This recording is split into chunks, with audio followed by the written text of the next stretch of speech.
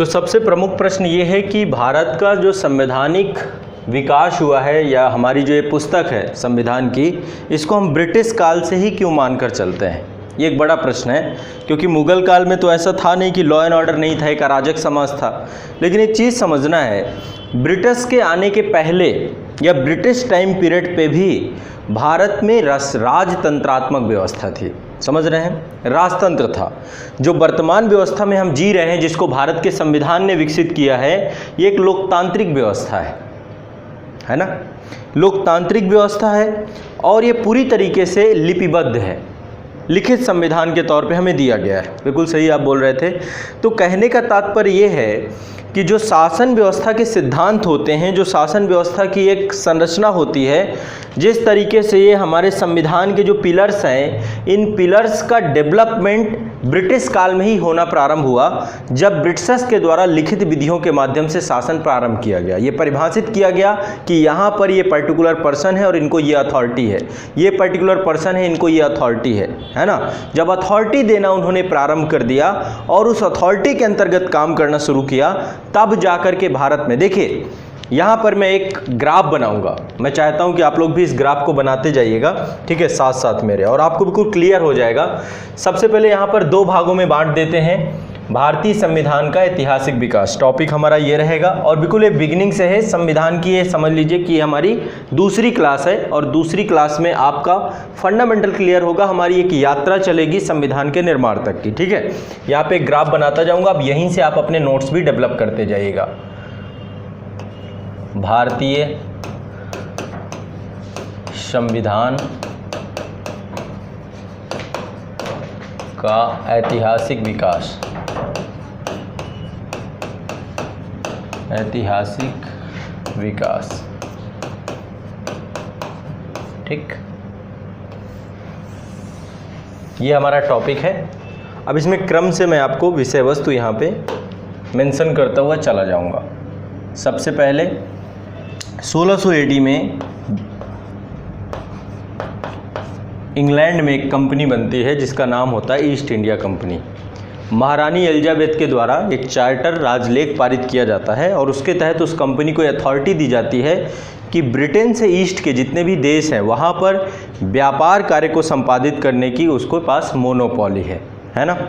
तो 1600 AD में आपका राजलेख पारित होता है, महारानी के द्वारा घोषणा पत्र जारी होता है जिसके तहत एक कंपनी सृजित की जाती है, ठीक है। आगे चलते हैं। 1600 के बाद 1726 में इसकी कुछ पावर्स और ऐड ऑन की जाती हैं। अभी हम डिस्कस करेंगे सभी एक्ट के बारे में। नेक्स्ट 1773, ये सबसे बड़ा माइलस्टोन है। यहाँ पे ब्रिटिशर्स का नियंत्रण भी हो चुका था भारतीय क्षेत्रों में, जैसे कि प्लासी हो चुका था आपका 1757 में, प्लासी के बाद 1764 में बक्सर हो चुका था, उसके पहले वांडीवास हो चुका था। 1760 में वांडीवास से फ्रांसीसियों से भी बहुत सारे क्षेत्र अंग्रेज़ों के पास आ चुके थे।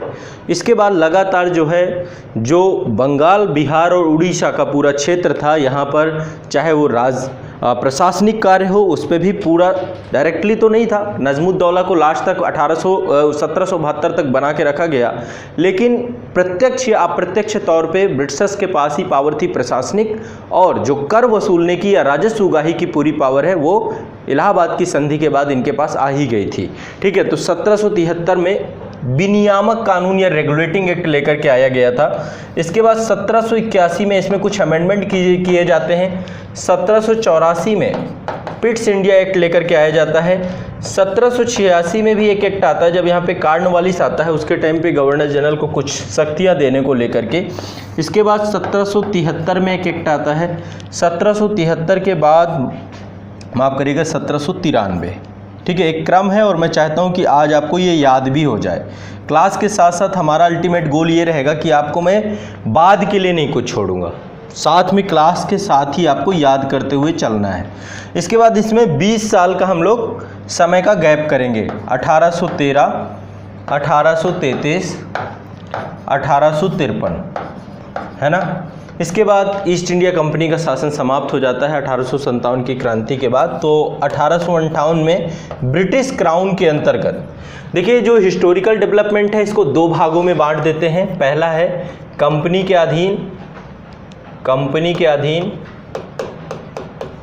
अधीन भारतीय संविधान का ऐतिहासिक विकास, दूसरा है ब्रिटिश क्राउन के अधीन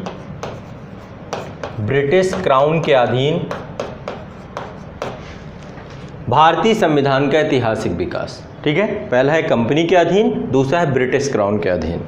तो आपका 1600 एडी, 1726 एडी, 1773 एडी, 1781 एडी, 1784, 1786, 1793, 1813, 1833, 1853, इसके बाद 1858 के बाद 1861। ठीक, अब यहाँ से डेडलाइन है एक आपकी, यहाँ से एक डेडलाइन खींच देते हैं। 1861 के बाद आपका नेक्स्ट है 1876 में शाही अधिनियम लाया जाता है ना, बहुत बेसिक है। इसके बाद 1892, इसके बाद 1909 के बाद 1919 के बाद 1935 के बाद 1940। देखिए ये लास्ट है, ये अंतिम है। भारत में शासन प्रशासन करने के लिए भारत शासन अधिनियम लाया गया था 1935, ये लास्ट है। इसके बाद देश द्वितीय विश्व युद्ध में ज़बरदस्ती देश के नागरिकों को देश को झोंक दिया जाता है, जबकि हमारा कोई लेना देना नहीं था द्वितीय विश्व युद्ध से, है ना। भारत ने थोड़ा ना छेड़ा था, वो तो जर्मनी में हिटलर के द्वारा प्रारंभ किया गया, ब्रिटेन उसमें कूद गया और अपने उपनिवेशों को भी कूद दिया, हमारे यहाँ की सेनाओं को भी लगा दिया। तो 1940 से ही एक तरीके से गतिरोध प्रारंभ हो जाता है। यहाँ से कह दीजिए एक ऐसी डेडलाइन चालू होती है, तो अगस्त प्रस्ताव आता है, एक प्रपोजल आता है राजनीतिक संकट को दूर करने के लिए। ठीक है, अभी इन सब के बारे में मैं डिटेल में डिस्कस करूँगा आप लोगों से। 1940 के बाद 1942 में क्रिप्स मिशन आता है।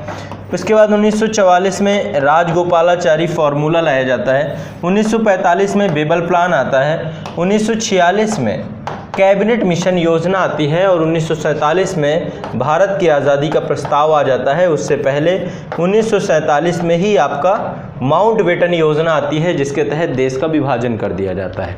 ये पर्टिकुलर इतनी सारी डेट्स हैं आपके भारतीय संविधान के ऐतिहासिक विकास में, जो डेट्स आपको सभी को याद करनी है। आज ही के सेशन पे हम याद करेंगे, इसको अलग अलग करके तोड़ के नहीं देखेंगे। ठीक, ये ग्राफ आप लोगों को बना लेना है, यहाँ पे डेट लिखनी है और यहाँ पे एक्ट का नाम लिखना है। जो एक्ट होगा तो पहले आप लोग ये सारी डेट साथ साथ मेरे बनाते जाएंगे।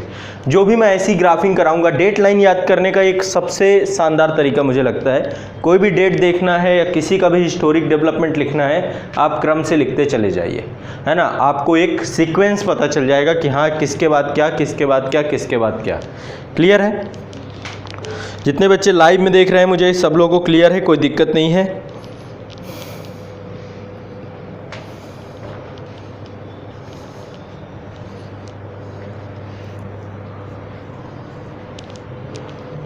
हाँ, सब कुछ ठीक चल रहा है आप लोगों का?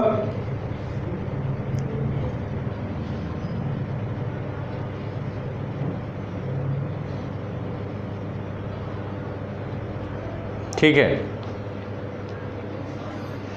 लिख लिया सभी ने?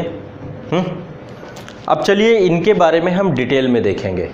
देखिए ये एक सोची समझी रणनीति है ना, अंग्रेजों की एक ये सोची समझी रणनीति है, किस तरीके से अपने देश की औद्योगिक क्रांति को सफल बनाना है। इंडस्ट्रियल रेवोल्यूशन सबसे पहले इंग्लैंड में हुआ या यूरोप में हुआ, सबसे पहले औद्योगिक क्रांति। और जब औद्योगिक क्रांति होगी, आपका देश मैन्युफैक्चरिंग हब बन जाएगा, तो आपको मार्केट चाहिए होगी, आप उस माल को डाल के सड़ाएंगे थोड़ो ना। आज चीन भी यही कर रहा है। वर्ल्ड में आप देखेंगे जो देश आर्थिक तंगी से गुजर रहे हैं, चीन उनको धन दे रहा है, उनके जीडीपी के बराबर धन दे रहा है। जिबूती को देखिए, जिबूती का पता है कहाँ पे लोकेशन है? अफ्रीका देश, अफ्रीका कॉन्टिनेंट दिख रहा है आप लोगों को? अफ्रीका कॉन्टिनेंट में जिबूती है, एक छोटा सा देश है हॉर्न ऑफ अफ्रीका में। सोमालिया, जिबूती, इरिट्रिया, इथोपिया, ऐसे करके कुछ देश हैं आपके मिस्र के जस्ट नीचे। मिस्र है, मिस्र के नीचे ही, मिस्र कहाँ पे पड़ता है? सुएज नहर दिख रही है, लाल सागर दिख रहा है, लाल सागर के पास ही सुएज नहर है ना। सुएज नहर भूमध्य सागर को लाल सागर से इंटरकनेक्ट करती है, इंटरलिंक करती है। वर्ल्ड मैप पे काम किया कि नहीं किया? किया है? हाँ, ऐसा तो नहीं बिल्कुल अभी नील बटे सन्नाटा चल रहा हो। मेरा काम ये है कि थॉट प्रोसेस क्लियर हो। यदि मैं कोई चीज़ आप लोग को बोलता हूँ, मैप में आपको दिखनी चाहिए, आपके ब्रेन के मैप में दिखनी चाहिए। एटलस बाहर नहीं होना चाहिए, यहाँ होना चाहिए, ठीक है। यहाँ दिख रहा है तो चीज़ें आसान है। तो ये भूमध्य सागर वाला क्षेत्र जब खुला 1956 में, सुएज नहर संकट को लेकर के भी एक बहुत बड़ी घटना हुई, उसका राष्ट्रीयकरण किया गया। सुएज नहर का मिस्र ने राष्ट्रीयकरण कर दिया, है ना। उसको लेकर ही बहुत विवाद हुआ। तो कहने का मेरा तात्पर्य है कि जो इंडस्ट्रियल रिवॉल्यूशन ब्रिटेन में हुआ था, उस इंडस्ट्रियल रिवॉल्यूशन को सक्सेस कराने के लिए कंपनियों का गठन किया गया और उन कंपनियों को मोनोपोली दी गई कि आपको ये इन प्रकारेण देश का व्यापार बड़ा करना है और उन मार्केट्स को कैप्चर करना है। और एक चीज़ ध्यान रखिएगा, किसी भी देश की अर्थव्यवस्था को छीनने के लिए वहाँ पे प्रशासनिक हस्तक्षेप होना आपका बहुत ज़रूरी है। जब तक आप प्रशासन को अपने हाथ में नहीं लेंगे, आप कभी भी औद्योगिक डेवलपमेंट नहीं कर सकते अपने आप का। तभी आज आप देखते हैं बीच बीच में कई बार विरोध होने लग जाता है हमारे यहाँ पे, जैसे कि किसानों का आंदोलन जो चला तो उसमें जियो के टावर क्यों तोड़ दिए गए, या फिर कुछ भी होता है तो अंबानी अडानी का नाम क्यों लाके खड़ा कर दिया जाता है सामने, या बड़े बड़े उद्योगपतियों का नाम लेकर के क्यों खड़ा कर दिया जाता है? क्योंकि ये इंडस्ट्रियलिस्ट हैं। किसानों को ये लग रहा है कि जो ये निगम कृषि का एक कॉन्सेप्ट आया है, एक बिल है ना आपका, कारपोरेट फार्मिंग का एक बिल है ना। कॉन्ट्रैक्ट में आपकी खेती जो होगी, कॉन्ट्रैक्ट बेस्ड खेती करवाई जाएगी, ऐसा एक कानून आया है कि यदि किसान चाहे तो कॉन्ट्रैक्ट फार्मिंग का हिस्सा बन सकता है। उसी का विरोध है। तो जब देश की अर्थव्यवस्था को छीनना हो तो बहुत आसान होता है। किसी भी देश की अर्थव्यवस्था को छीनने का बहुत ईजी तरीका है, बहुत ईजी प्रोसेस है कि आप क्या करिए कि उस देश की राज व्यवस्था को छीन लीजिए। और ये चीज़ अंग्रेज बाखूबी जानते थे। मैं कह रहा हूँ कि आज जो उद्योगपति सीख रहे हैं अंग्रेजों से ही सीख रहे हैं। तो उन्होंने यहाँ पर आकर के, व्यापार एक उनका ढोंग था और कुछ नहीं था। व्यापार तो शोषण करने का एक जरिया था। डायरेक्टली कहीं किसी के घर पे जाके आप छापा मारोगे तो आप डकैत कहलाओगे, चोर कहलाओगे, है ना। आप एक माध्यम ढूंढोगे किसी के घर पे, पहले उसका अच्छे रिलेशन क्रिएट करोगे। आप लोगों ने एक मूवी देखी हो, लुटेरा मूवी आई थी, उसमें रणवीर सिंह रहता है, वो आर्कियोलॉजिस्ट बन के जाता है, भूगर्भवेत्ता, पुरातत्व शास्त्री समझते हैं। इनका काम होता है कि उत्खनन कार्य कराना, है ना। ज़मीन में बहुत सारे अवशेष हैं जो कि अभी भी दबे पड़े हुए हैं, बहुत सारी हिस्टोरिक चीज़ें हैं। तो उसमें वो जाता है और एक मंदिर है, वहाँ पे अष्टधातु की मूर्ति होती है, उसे चोरी करना होता है उसे। तो ये भूगर्भ शास्त्री बन के जाता है। तो जो लुटेरा होते हैं ना, वो अपने आगे एक आवरण डालते हैं कोई ना कोई। उस आवरण के पीछे क्या होता है वो बहुत बाद में पता चलता है। यही अंग्रेजों के साथ था। वो पूरे विश्व को लूटने के लिए निकले थे। उनके आगे आवरण था व्यापार का।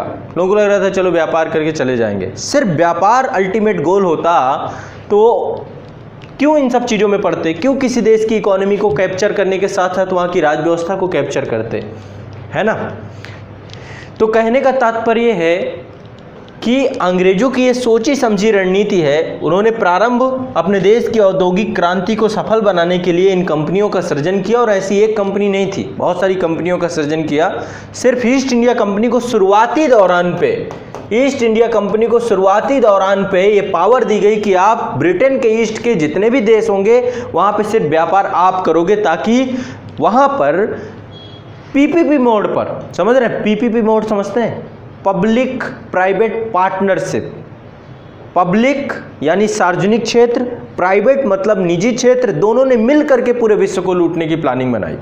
इसे कहते हैं पीपीपी मोड। अकेले दम पे उसे लग रहा था मैं नहीं कर पाऊंगा, इसलिए मुझे निजी क्षेत्र को भी लेना पड़ेगा। और ये बहुत बड़ा एक तरीके से समझ सकते हैं कि ज्वाइंट वेंचर की तरह निकल के आया। तो 1600 एडी में सोची समझी रणनीति के तहत भारत में ईस्ट इंडिया कंपनी का आगमन होता है। यहाँ पे तब मुगल साम्राज्य था, जहांगीर का शासन चल रहा था, सर थॉमस रो, उससे पहले हॉकिंग्स महोदय, सबका आना प्रवेश होता है, शासक से मुलाकात होती है, डिप्लोमेटिक रिलेशन क्रिएट करने की प्लानिंग होती है। और तब इतने ज़्यादा विजनरी गोल के शासक नहीं होते थे। यदि इतने विजनरी होते तो क्यों भारत में प्रवेश होने देते। हमारे देश की एक सबसे बड़ी प्रॉब्लम मुझे लगती है कि हम इन्फ्लुएंस बहुत जल्दी हो जाते हैं। कोई भी चीज़ हमने देखी, किसी भी नेता को सुना, किसी भी कार्यक्रम में गए, किसी को भी हीरो बना बैठते हैं। हमारे देश की एक सबसे बड़ी प्रॉब्लम है, वो रियलिस्टिक हीरो है या नहीं है ये समझते समझते बहुत टाइम लग जाता है। और इस भ्रम में हमारा देश आज से नहीं है, बहुत पहले से है। इसलिए यहाँ लगातार आक्रमण होते गए, है ना, पता नहीं चला। यदि मुगल साम्राज्य को ये पता चलता कि ये लास्ट में मेरी ही जड़ उखाड़ देगा। 1857 की क्रांति में क्या हुआ, बहादुर शाह जफर को जाके फांसी दे दी गई बर्मा में, उसके पूरे परिवार को नेस्तनाबूद नाबूद कर दिया गया, लाल किला में कब्जा कर लिया गया। तो यदि उस जहांगीर को ये पता होता कि मेरी पुश्तें खत्म करने के लिए ये लोग आए हुए हैं, तो क्यों देता है सारी चीज़ें, नहीं सोचता। लेकिन इतना विजनरी शासक नहीं था वो, है ना। ब्रिटिशर्स बड़े विजनरी थे। तो कहीं ना कहीं पे आने के बाद, डिप्लोमेटिक रिलेशन क्रिएट करने के बाद, फिर लगातार जो है भारत में विभिन्न प्रकार की फैक्ट्रियां, कंपनियां, व्यापारिक उद्देश्य से यहाँ पे प्रवेश। और जब उन्होंने देखा कि यहाँ की स्थिति तो बड़ी लचर है, यहाँ पे तो ये आपस में ही मरकट रहे हैं, तो ऐसे में उनको बहुत सॉफ्ट कॉर्नर लगा कि इंडिया को अब यदि हमें इसकी इकोनॉमी को चलाना है, क्यों टैक्स दें हम किसी को। यदि हम व्यापार कर रहे हैं तो क्यों राज्य को टैक्स दें, है ना। तो उस टैक्स को लेकर के, क्योंकि देखिए अभी भी वर्तमान में आप देखिए तो आपका देश जो है, जिस देश में आप रह रहे हो, आप सब टैक्स भरते हो। 18%, 12%, 5%, 28% की जीएसटी भरते हो। कोई भी गुड्स खरीदिए आप, कोई ना कोई जीएसटी पे लगता है आपको। जीएसटी के साथ आप पेट्रोल यदि खरीद रहे हैं, पेट्रोल भरवा रहे हैं, तो कितना कर रहे हैं। लेकिन आपका देश आपके लिए कुछ करता है ना। वो पैसा ऐसा नहीं कि आप मोदी जी अपने जेब में रख लेते हैं, वो सब आपके लिए कर रहे हैं। आज पेट्रोल के रेट बहुत महंगे, बहुत विवाद चल रहा है। और मैं भी सुन रहा था, वो क्या नाम है उनका, महापुरुष का, मनोज वाजपेयी जी, है ना, वो गाना गाते हैं ना, रिंकिया के पापा। मनोज वाजपेयी जी कह रहे हैं कि फ्री में वैक्सीन तो लग रही है, तो वैक्सीन का पैसा पेट्रोल के थ्रू लिया जा रहा है ना। इनके अपने फार्मूले, अपने कॉन्सेप्ट हैं, इन्हें नहीं समझ में आता कि कहाँ पे क्या बोलना है, कहाँ पे क्या नहीं बोलना है। वैक्सीन फ्री में कैसे लग रही है, वैक्सीन फ्री में कैसे लग रही है। हाँ, ये जो 18% की जीएसटी जा रही है, जो टैक्स जा रहा है, हर आदमी अपने जेब से भर रहा है। आप बिस्किट का पैकेट खरीदिए, चाहे कुछ भी खरीदिए, हर जगह पे आप टैक्स देते हैं, हर एक लेयर पे इंडिया पे टैक्स देते हैं। आप रोड पे निकल पड़िए, आपको टोल टैक्स लगेगा।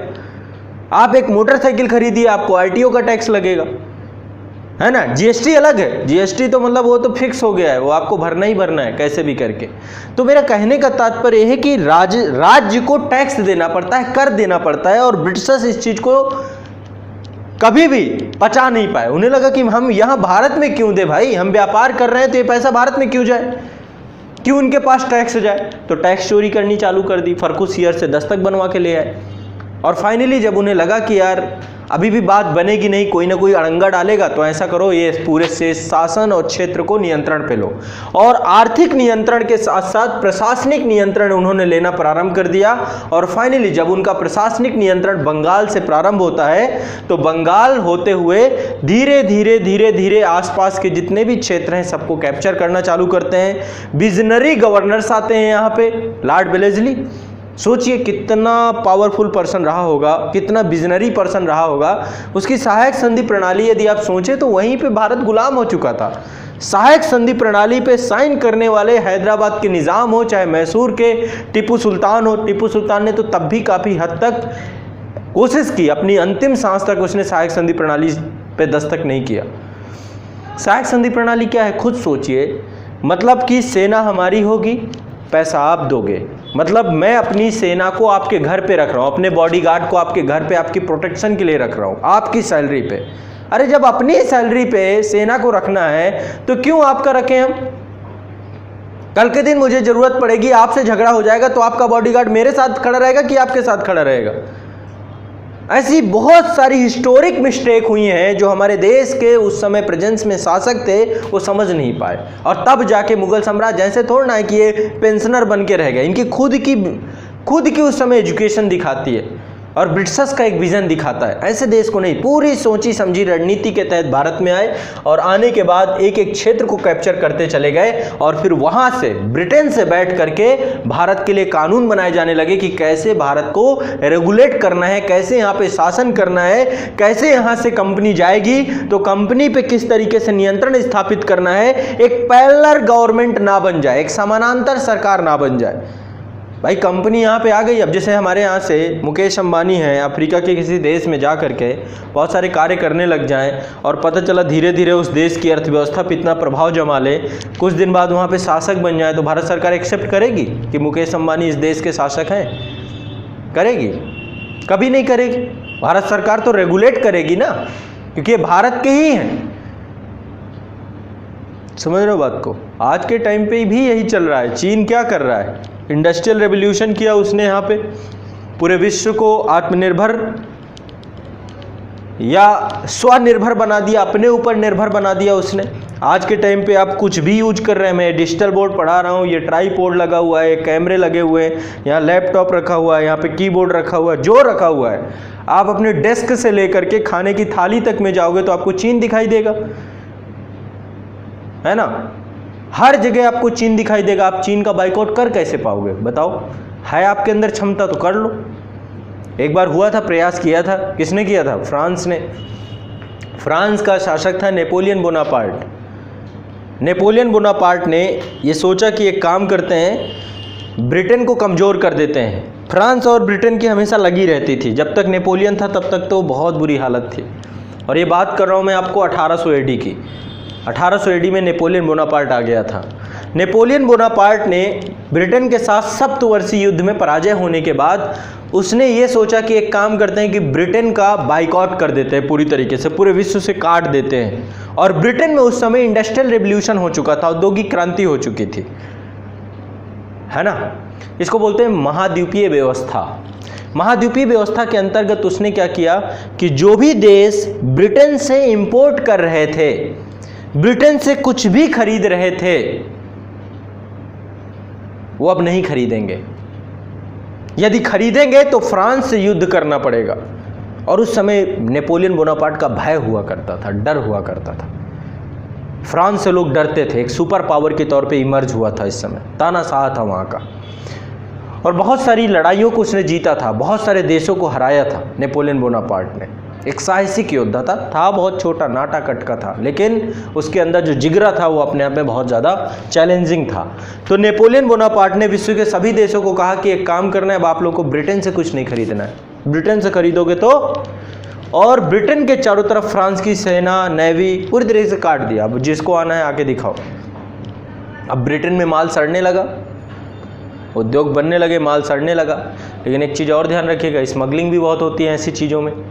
जब कोई भी चीज़ को प्रतिबंधित कर दोगे तो स्मगलिंग चालू हो जाएगी। आपके बिहार में शराब प्रतिबंधित है, लेकिन आपको भी पता है गोपालगंज बॉर्डर से, खेतों से कोई ना कोई माध्यम ऐसा निकल जाता है जहाँ पे, अभी मैं गया था होली में, आप ही के यहाँ था, इस बार 29 मार्च मैंने बिहार में ही मनाया है, देखा मैंने वहाँ पर खूब चल रहा है, लोग खूब पी रहे हैं, पिए पड़े हुए हैं। ये कहाँ से आ गया? स्मगलिंग। जो चीज़ 10 रुपए की थी वही अब 100 रुपये, 150 रुपये, 200 रुपये में बिकने लग जाएगी। ब्रिटेन के माल की स्मगलिंग होने लग गई। ब्रिटेन को तो जलवे आ गए, क्योंकि किसी के पास अल्टरनेटिव डेवलप नहीं थे, किसी के पास विकल्प नहीं था कि कहीं और से मंगवा सके। और एक चीज़ और समझिए, फ्रांस खुद ब्रिटेन से ही मंगवाता था। तो फ्रांस की जो पब्लिक थी, जब वहाँ पे चीज़ें, अभी आपके देश में बीच में अभी चाइना के साथ युद्ध हुआ था, यहाँ पे आने बंद हो गए थे चीनी गुड्स जितने भी थे, हमने व्यापार बंद कर दिया कुछ समय के लिए, चीज़ें महंगी हो गई। अभी देखिए जो 10,000 रुपये की टीवी मिलती थी आज 20,000 रुपये, 25,000 रुपये में मिल रही है। करिए बहिष्कार, करके देख लीजिए। अब आप जब आश्रित हो जाते हैं किसी देश के गुड्स पे, तो आप कब तक आप चीज़ों को लेकर के रख सकते हैं बताइए? पॉसिबल ही नहीं। या तो आप पहले अपने आप को आत्मनिर्भर बना लीजिए कि आपके पास वो सारा सराउंडिंग चीज़ें आ जाएं। चीन ने यही किया शुरुआत में, अपने आप को शांत रखा, उसने पहले अपने आप को डेवलप करता गया, अपने यहाँ के लॉ एंड ऑर्डर को मेंटेन किया, अपने यहाँ की पॉलिसी मेकिंग, डिसीजन मेकिंग, अपने यहाँ पे टैक्स सिस्टम सबको डेवलप किया।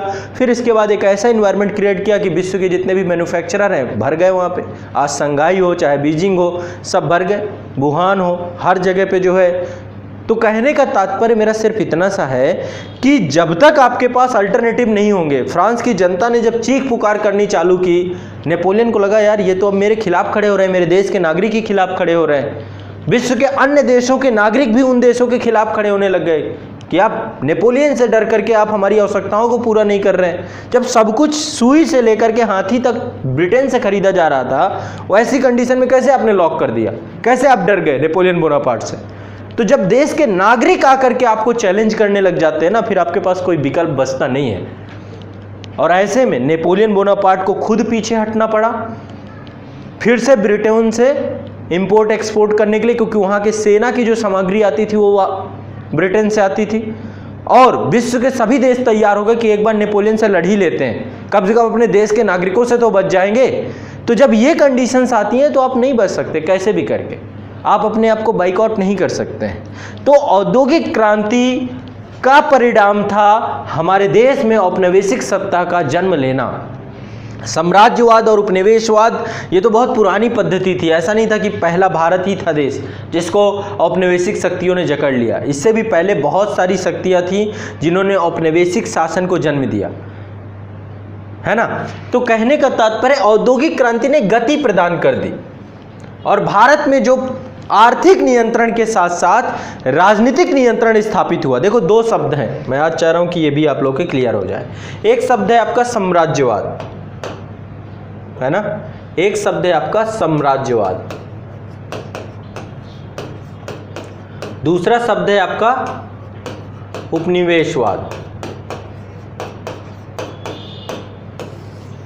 साम्राज्यवाद और दूसरा है उपनिवेशवाद। साम्राज्यवाद और उपनिवेशवाद में क्या अंतर है बताएं? उपनिवेशवाद सर किसी देश का सर आर्थिक शोषण, ठीक है। साम्राज्यवाद आर्थिक के साथ साथ राजनीतिक। उपनिवेशवाद एक तरीके से देखें तो इनडायरेक्ट होता है, अप्रत्यक्ष होता है, अप्रत्यक्ष नियंत्रण। और अप्रत्यक्ष नियंत्रण आप आर्थिक तरीके से कर सकते हैं। किसी देश की इकोनॉमी को आप अपने प्रति, जैसे मान लीजिए कैसे आप उपनिवेशवाद, जैसे मान लीजिए आपके पास पैसा बहुत ज़्यादा है, आपने क्या किया, उस पैसे को लोन में घुमाना चालू किया। गांव में एक करते हैं साहूकार, है ना, जो ज्वेलर्स के शॉप वाले होते हैं, वो क्या करते हैं, सबको जिसको चाहिए सूद में कहते हैं, ब्याज में पैसा उठाते कि नहीं उठाते। वो क्या है, मैंने आपको ब्याज में पैसा दे दिया 10 से 12% या जो भी चलता है, 2 से 2.5% भी कहीं कहीं चलता है, जहाँ चलने के लिए तो बहुत भी चलता है। तो ब्याज में पैसे होने का मतलब, मैंने आपको जब ब्याज में पैसा दे दिया तो वो पैसा क्या हो गया आपका, क्या हो गया, आप मेरे प्रति निर्भर हो गए कि नहीं हो गए। अब आपको हर महीने मुझे पैसे देने हैं। मैं आपको एक चीज़ और बताऊं, जब आप बैंक से लोन ले लेते हैं, किसी से भी लोन ले लेते हैं, आप निर्भर हो जाते हैं उनके प्रति। आज के टाइम पे एक बहुत बड़ा कॉन्सेप्ट चला है, लोग जो है होम लोन ले रहे हैं, कार लोन ले रहे हैं, है ना। जब तक आपके अंदर समाहित ना हो तब तक आप होम लोन और कार लोन कभी मत लें अपने जीवन में। समाहित का मतलब समझ रहे हैं, जब तक फिक्स इनकम ना आपकी हो जाए कभी भी होम लोन और कार लोन लेने मत जाइएगा। नहीं तो आज के टाइम पे लोग कर क्या रहे हैं, मान लीजिए आपने 12 लाख रुपए का घर है, आपने एक घर खरीदा, मैं तो बहुत कम कीमत बता रहा हूँ, 12 लाख रुपए का आपने एक घर खरीदा, ठीक है। और इस घर पे आपने 9 लाख रुपए लोन ले लिए, 3 लाख रुपए आपने डाउन पेमेंट कर दी, बिल्डर को दे दिया 3 लाख रुपए। आपके पास विकल्प है कि 9 लाख रुपए आपने क्या किया, लोन ले लिया बैंक से, ठीक है। बैंक ने आपको, अब तो इस समय 7%, 8%, 9% पे आपको लोन मिल गया। अब आपको हर महीने एक किस्त बांध दी जाएगी, ठीक है, 10,000 की, 9,000 रुपये, 9 लाख रुपए का लोन है तो लगभग 9,000 की किस्त बंधेगी आपकी, है ना। 1 लाख रुपए में 1,000 रुपये की किस्त होती है आमतौर पे, तो 9,000 के आसपास महीने की आपकी किस्त हो गई।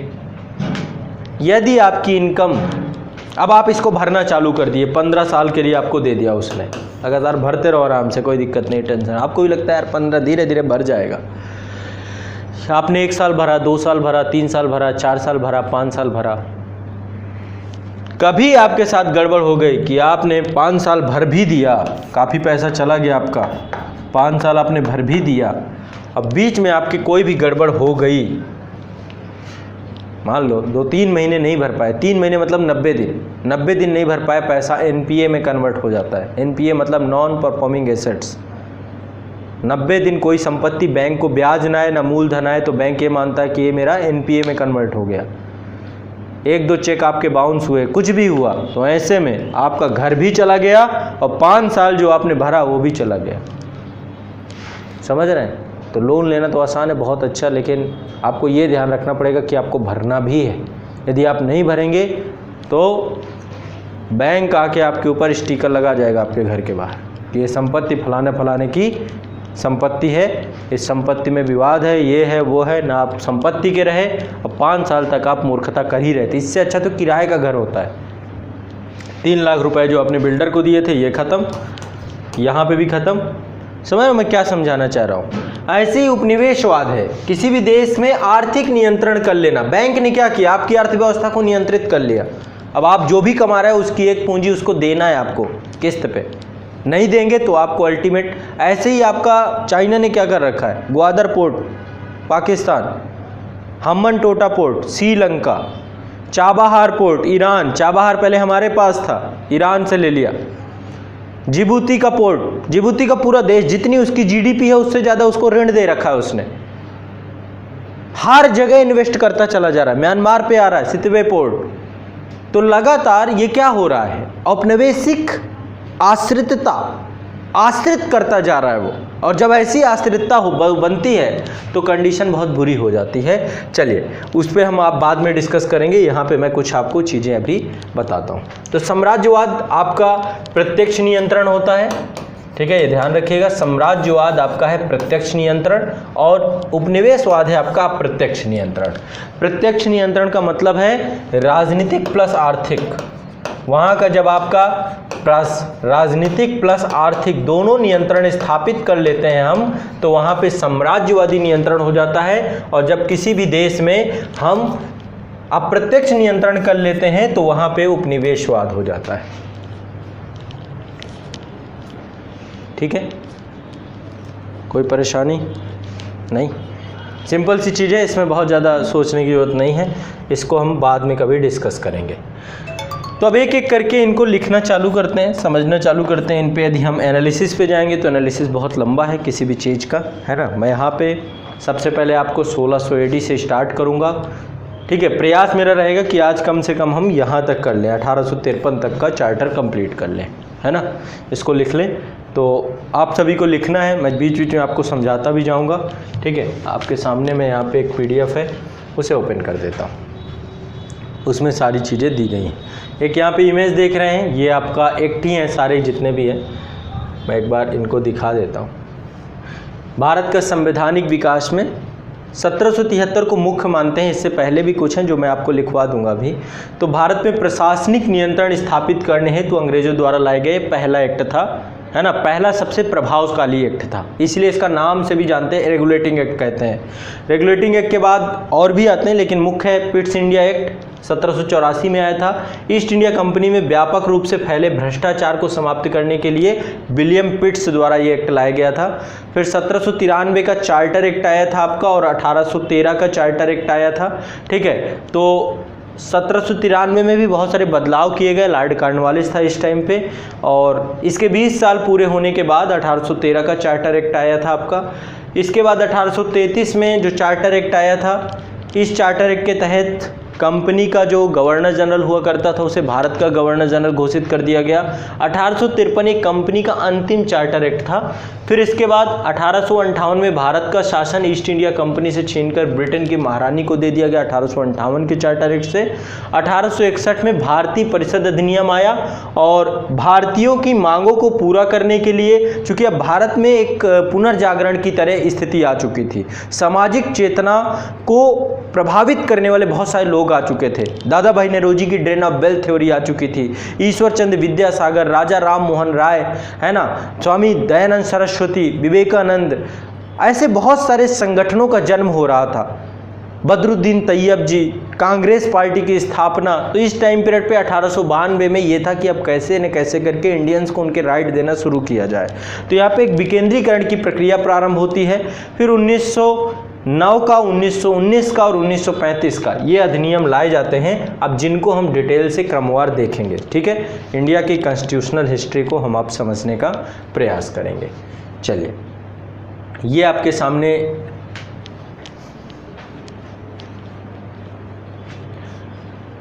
आप लोगों को थोड़ा सा फास्ट है ना, हाथों को गति प्रदान करनी होगी।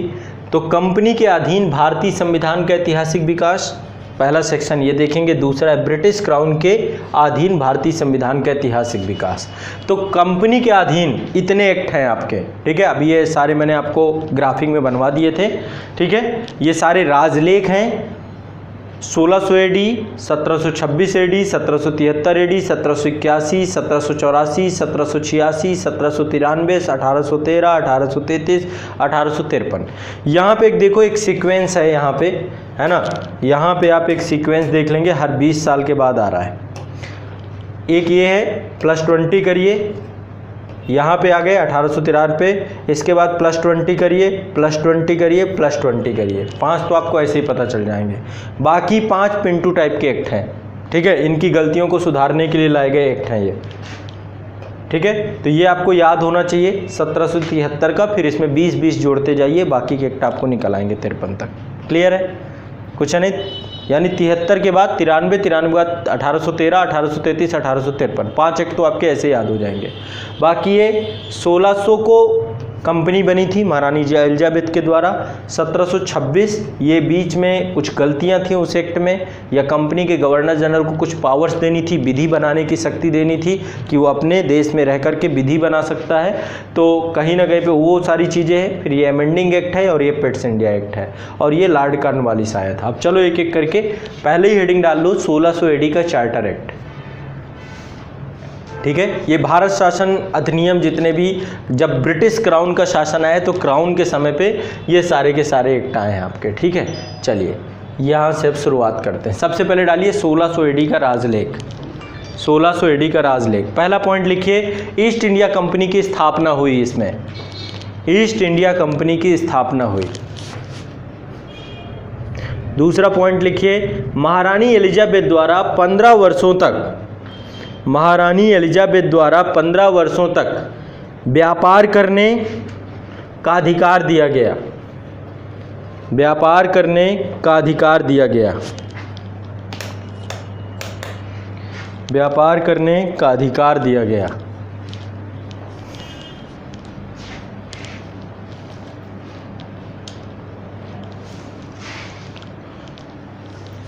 जिसका प्रशासन परिषद के द्वारा, जिसका प्रशासन एक परिषद के द्वारा, जिसका प्रशासन एक परिषद के द्वारा किया जाना सुनिश्चित किया गया। जिसका प्रशासन एक परिषद के द्वारा किया जाना सुनिश्चित किया गया। सभी लोगों को लिखना है, लाइव वाले जितने भी हैं।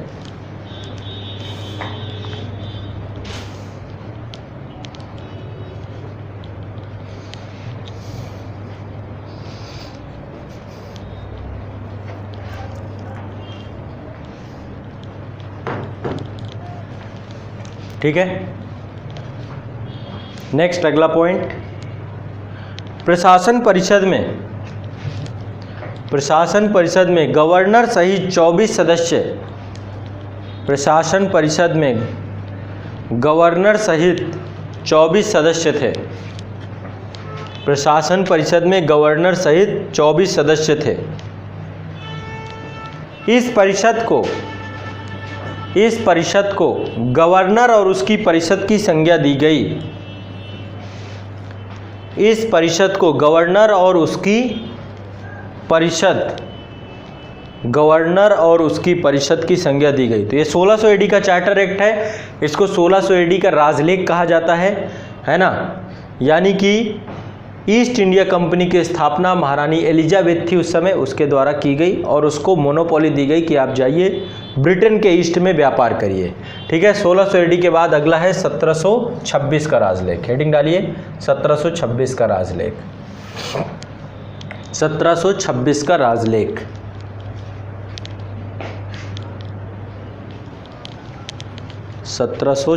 का राजलेख। इसके तहत कोलकाता, मुंबई तथा मद्रास प्रेसिडेंसी, इसके तहत कोलकाता, मुंबई तथा मद्रास प्रेसिडेंसी के राज्यपालों, कोलकाता, मुंबई तथा मद्रास प्रेसिडेंसी के राज्यपालों तथा उनकी परिषद को विधि बनाने की शक्ति दी गई, तथा उनकी परिषद को विधि बनाने की शक्ति दी गई।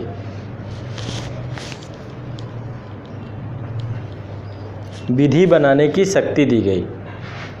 इसके पहले यह शक्ति इंग्लैंड स्थित निदेशक बोर्ड में, देखिए दो चीज़ें थी, कोई भी कंपनी में दो चीज़ें होती हैं। पहली चीज़ होती है बोर्ड ऑफ डायरेक्टर्स और बोर्ड ऑफ कंट्रोल, है ना। कंपनी के तहत दो बॉडी थी आपकी, पहले थी बोर्ड ऑफ डायरेक्टर्स और दूसरी थी board of control. Board of control का काम होता था कंपनी पे प्रशासनिक नियंत्रण रखना, प्रशासनिक नियंत्रण करना, और बोर्ड ऑफ डायरेक्टर्स का काम था व्यापार कार्य के लिए व्यापार कार्य को संपादित करना। ठीक है, तो दो अलग अलग बॉडी थी कंपनी की। तो ये जो बॉडी थी बोर्ड ऑफ कंट्रोल, ये चूंकि कंपनी में प्रशासनिक नियंत्रण रखनी थी तो ये इंग्लैंड में रहती थी, ये वो इंग्लैंड स्थित थी। ठीक है, तो ये जो आपकी कंपनी थी प्रशासनिक कार्य को नियंत्रित करती थी, यही कानून बनाती थी। लेकिन अब क्या कर दिया गया, जो यहाँ पे गवर्नर बनाए गए, तीन प्रेसिडेंसी जो स्थापित की गई कलकत्ता, मद्रास और मुंबई में, इन तीनों प्रेसिडेंसियों के गवर्नर को पावर दे दी गई, इनके राज्यपालों को पावर दे दी गई कि अब आप कानून बनाओगे। कलकत्ता का कानून आप खुद बनाओ, है ना, मद्रास का कानून आप बनाओ। लेकिन ये कानून ऐसा नहीं होता था कि एब्सोल्यूट राइट दे दिया गया इनको, इसको क्रॉस चेक किया जाता था बोर्ड ऑफ कंट्रोल के द्वारा। लेकिन तब भी यहाँ पे जो आपकी यहाँ पे परिषद थी और गवर्नर था, उसको पावर दे दी गई कि आप अपना कानून बना सकते हैं। ठीक है, 1726 का राजलेख सिर्फ इतना सा है। क्लियर है, आगे बढ़े। चलिए नेक्स्ट है अगला 1773 का रेगुलेटिंग एक्ट, सबसे इंपॉर्टेंट है ये। ठीक है, सबसे ज़्यादा महत्वपूर्ण है ये, बहुत सारे क्वेश्चन इससे पूछता है हर बार। लिखिए इसमें, इस समय ब्रिटिश प्रधानमंत्री लॉर्ड नॉर्थ थे, लॉर्ड नॉर्थ थे, जिनके द्वारा एक गुप्त समिति का गठन किया गया, जिनके द्वारा एक गुप्त समिति का गठन किया गया, सीक्रेट कमेटी बोलते हैं इसको। और इन्होंने किया इसलिए था क्योंकि अब कंपनी पूरे भारत में बड़े तेजी से अपना विस्तार कर रही थी, व्यापारिक विस्तार तो कर ही रही थी लेकिन प्रशासनिक नियंत्रण भी स्थापित कर चुकी थी। तो ऐसे में अब इन्हें ये लग रहा था कि किसी न किसी तरीके से अब करना क्या है, 1773 का जो आपका रेगुलेटिंग एक्ट है, ये रेगुलेटिंग एक्ट इस आधार पे लाया गया ताकि अब कंपनी को रेगुलेट करो। यदि कंपनी पे रेगुलेशन नहीं रखा जाएगा तो एक पैरेलल गवर्नमेंट का जन्म हो सकता है, क्योंकि अब ये प्रशासन पे भी आ चुके हैं। ऐसा नहीं हो सकता कि ब्रिटेन की सरकार और इंडिया में भी ब्रिटिश की सरकार वो इंडिया और ब्रिटेन को अलग अलग दृष्टिकोण से देखे। उनको ये था कि अब ये ब्रिटिश भारत के तौर पे इसको लेकर के चलना है। तो ऐसे में कंपनी किसी भी तरीके से ऐसा ना हो कि कंट्रोल से बाहर चली जाए, उसके विनियामक करने के लिए, विनियमन के लिए ब्रिटिश जो वहाँ पे संसद थी, पार्लियामेंट थी, उसके द्वारा कानून पारित किया गया 1773 में। 1773 का रेगुलेटिंग एक्ट कहाँ से पारित हुआ? ये ब्रिटेन की पार्लियामेंट से। अब ये सारे जितने कानून बनेंगे ये सारे पार्लियामेंट द्वारा बनाए जाएंगे। ठीक है, तो अब इसमें लिखे क्या क्या हुआ। सबसे पहली बात, कंपनी के शासन के लिए पहली बार लिखित संविधान प्रस्तुत किया गया। फर्स्ट टाइम एक लिखित कॉन्स्टिट्यूशन के तौर पे देखा जा सकता है।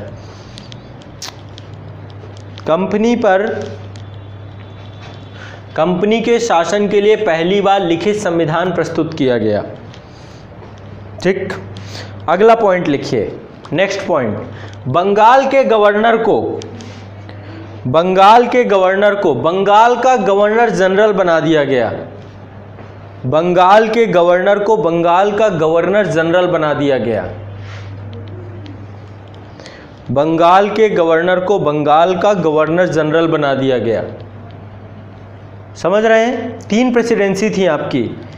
पहले थी आपकी मद्रास, मुंबई, मद्रास को चेन्नई कहते हैं, मुंबई, और तीसरी थी आपकी कोलकाता।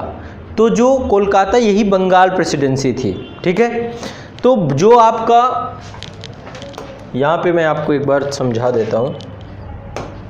बंगाल प्रेसिडेंसी, इसके नीचे थी मद्रास।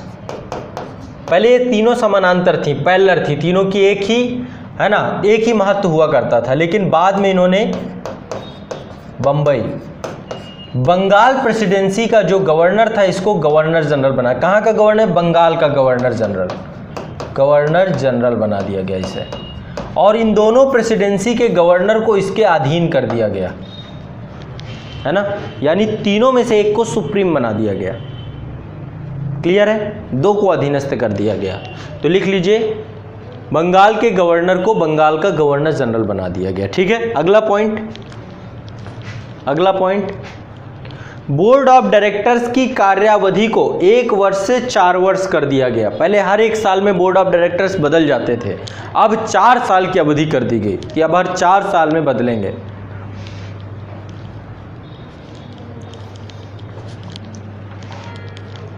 ठीक है, बोर्ड ऑफ डायरेक्टर्स की कार्यावधि को 1 वर्ष से 4 वर्ष कर दिया गया। अगला पॉइंट, बोर्ड ऑफ डायरेक्टर्स के 1/4 सदस्य, बोर्ड ऑफ डायरेक्टर्स के 1/4 सदस्य प्रतिवर्ष अवकाश ग्रहण, बोर्ड ऑफ डायरेक्टर्स के 1/4 सदस्य प्रतिवर्ष अवकाश ग्रहण करने का प्रावधान। समझ रहे हैं? इसका मतलब ये है, सिंपल सा आसान, अभी हमारे यहाँ पे राज्यसभा है। राज्यसभा का कॉन्सेप्ट क्या है? 6 वर्ष का कार्यकाल होता है, लेकिन हर 2 साल में 1/3 सदस्य क्या होते हैं? सेवानियुक्त किए जाते हैं। क्यों किए जाते हैं सेवानियुक्त? क्योंकि फिर से उनका अपॉइंटमेंट हो सके। हर 2 साल में फिर 1/3 ले लिए जाते हैं और ये कभी भी विघटन ना हो, कभी भंग ना हो। हर 1-2 साल में कुछ चले जाएं, उतने आ जाएं, फिर चले जाएं, फिर उतने आ जाएं, यानी ये कभी भंग नहीं होगी, एक साथ पूरी खत्म नहीं की जाएगी। यही काम बोर्ड ऑफ डायरेक्टर्स के कर दिया गया। टोटल 4 वर्ष का कार्यकाल दे दिया गया और हर 1 वर्ष में 1/4 सदस्यों को क्या किया गया? पदच्युत किया जाने लगा। फिर नई वैकेंसी। फिर पहले क्या होता था? पहले बोर्ड ऑफ डायरेक्टर्स 1 वर्ष का ही कार्यकाल होता था, पूरा बोर्ड ऑफ डायरेक्टर्स बदल जाता था।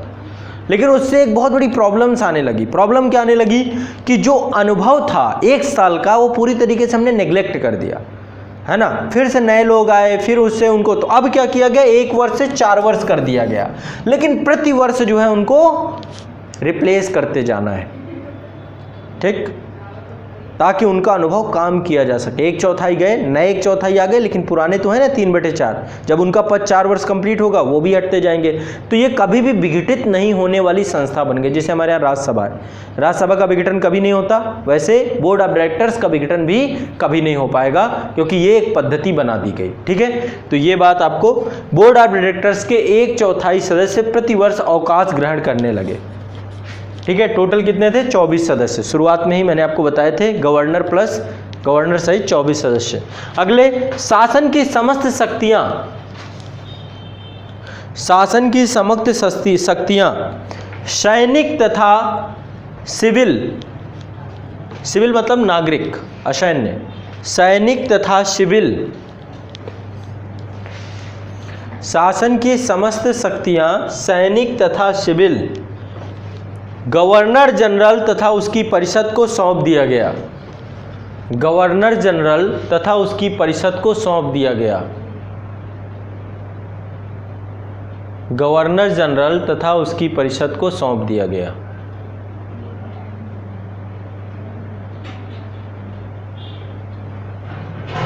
ठीक है,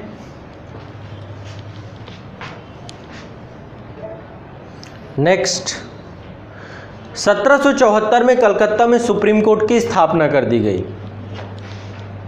1774 में सुप्रीम कोर्ट की स्थापना, जिसके पहले मुख्य न्यायाधीश सर एलिजा हेम्पे को बनाया गया।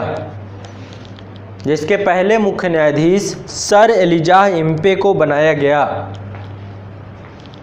सर एलिजा हेम्पे को बनाया गया। सर एलिजाह इम्पे को बनाया गया। ठीक है। अगला, कंपनी के कर्मचारियों को बिना लाइसेंस व्यापार करना प्रतिबंधित कर दिया गया। कंपनी के कर्मचारियों को बिना लाइसेंस व्यापार करना प्रतिबंधित कर दिया गया।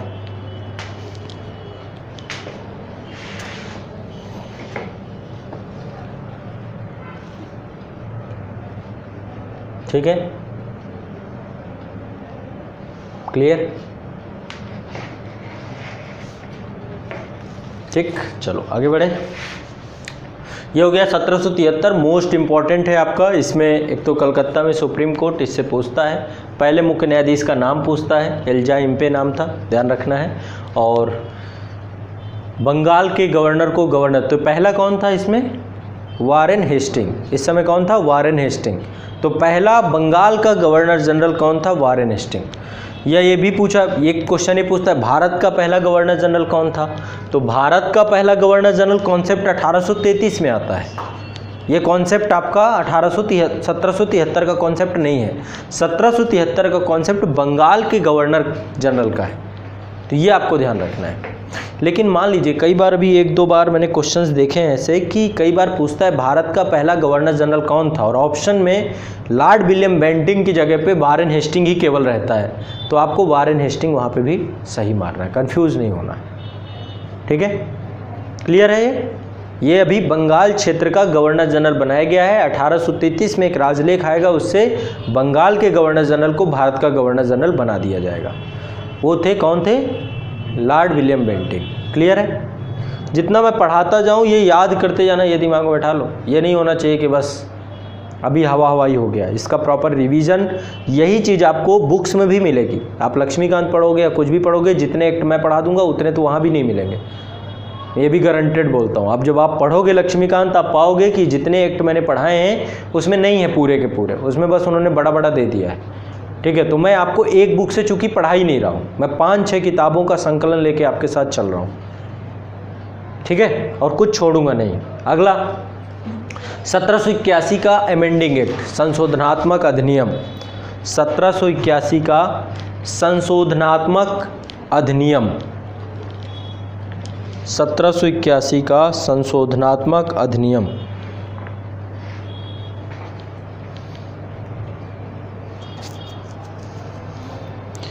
लाइव वाले सब लिख रहे हैं ना? लिखिए इसमें, ये रेगुलेटिंग एक्ट की कमियों को दूर करने के लिए लाया गया। यह रेगुलेटिंग एक्ट की कमियों को दूर करने के लिए लाया गया। चलो लिखो सभी लोग, रेगुलेटिंग एक्ट की कमियों को दूर करने के लिए लाया गया। अगला पॉइंट, कलकत्ता की सरकार को बंगाल, बिहार, उड़ीसा के लिए कानून बनाने का प्राधिकार दे दिया गया। कलकत्ता की सरकार को बंगाल, बिहार, उड़ीसा के लिए कानून बनाने का प्राधिकार दे देगा। देखो, ये कानून बनाने का प्राधिकार पहले भी था, रेगुलेटिंग एक्ट में भी ये पावर दी गई थी बंगाल के गवर्नर जनरल को कि वो कानून बना सकता था। तो अभी इस तरीके से देखा जाए तो कलकत्ता के सरकार के पास अब कानून बनाने के 2 प्राधिकार हो गए थे, पहला रेगुलेटिंग एक्ट और दूसरा अमेंडिंग एक्ट, संशोधनात्मक अधिनियम। 1773 के एक्ट के तहत भी बना सकते थे, लेकिन इसके तहत भी इनको दे दिया गया। ठीक है, तो कलकत्ता की सरकार के पास अब कानून बनाने के 2 प्राधिकार हो गए। ठीक, अगला point, next, governor general council को सर्वोच्च न्यायालय की अधिकारिता से मुक्त कर दिया गया। गवर्नर जनरल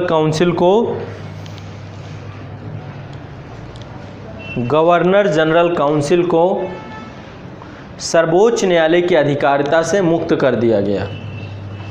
सर्वोच्च न्यायालय की अधिकारिता से मुक्त कर दिया गया। अगला पॉइंट, सर्वोच्च न्यायालय की राजस्व अधिकारिता को समाप्त कर दिया गया। सर्वोच्च न्यायालय की राजस्व अधिकारिता को समाप्त कर दिया गया। सर्वोच्च न्यायालय की राजस्व अधिकारिता को समाप्त कर दिया गया। सर्वोच्च न्यायालय की राजस्व अधिकारिता को समाप्त कर दिया गया।